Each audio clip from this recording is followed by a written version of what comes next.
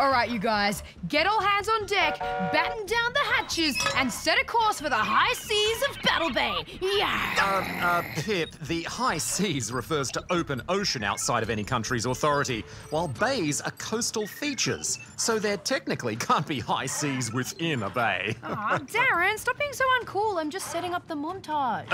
Cool. Well, in that case, montage away!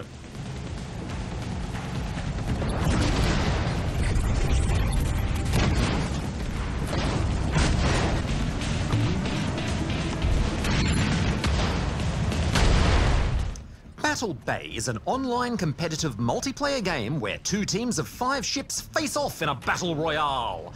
Once a ship is destroyed, it's out for the game, and last team standing wins. It is also possible to win a match by capturing a point, but in practice, this rarely happens. Yes, and you might not know it by looking at this game, but it's actually brought to us by the developers that made the Angry Birds series, some of the most successful mobile games of all time. And this is pretty slick too. Yeah, now instead of lobbing birds at pigs, we're lobbing cannon fire at ships. Controls aren't quite as simple as Angry Birds though, with 2 virtual joysticks. One that moves your ship, the other aims and fires your weapons. They can be a little fiddly to use. Moving is easy enough, but aiming often got me all turned around.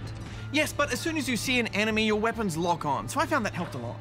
Although it is a bit tough to target specific ships when they're grouped up, combat is satisfying though.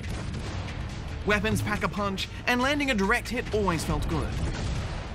And the slow pace of the boat combat really helps make it work for mobiles too.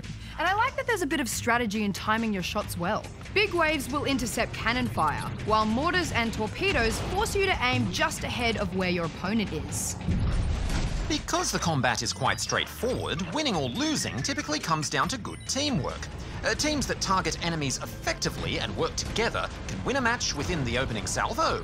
It is rare for a team to recover once they've lost a few ships. They just get outnumbered and outgunned. Yeah, anytime I tried to be a lone wolf or go in solo, it did not go well.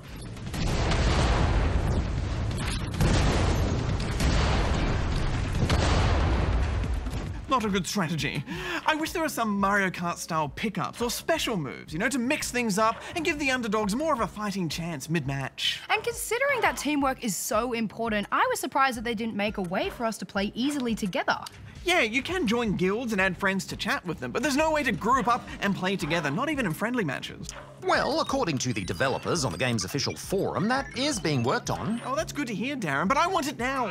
Arr, disappointment.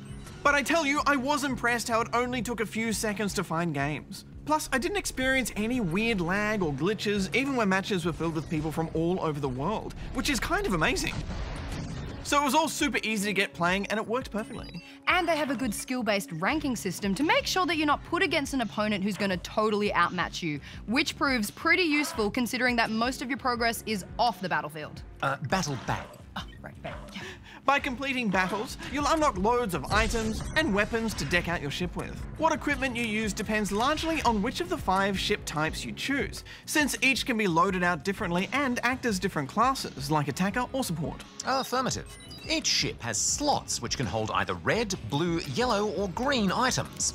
Red items are weapons. Blue items provide passive buffs to your ship like speed boosts or extra armor. The color yellow encompasses usable specialty items like shields or freeze rays, while green items can heal you and your teammates. I thought that they struck a really good balance between all the ships, with each ship having its distinct pros and cons. And with all the equipment options, well, it really opened up a lot of playstyles and tactics, which I thought was really fun. Yeah, there's also a lot of upgrades for you to work your way through.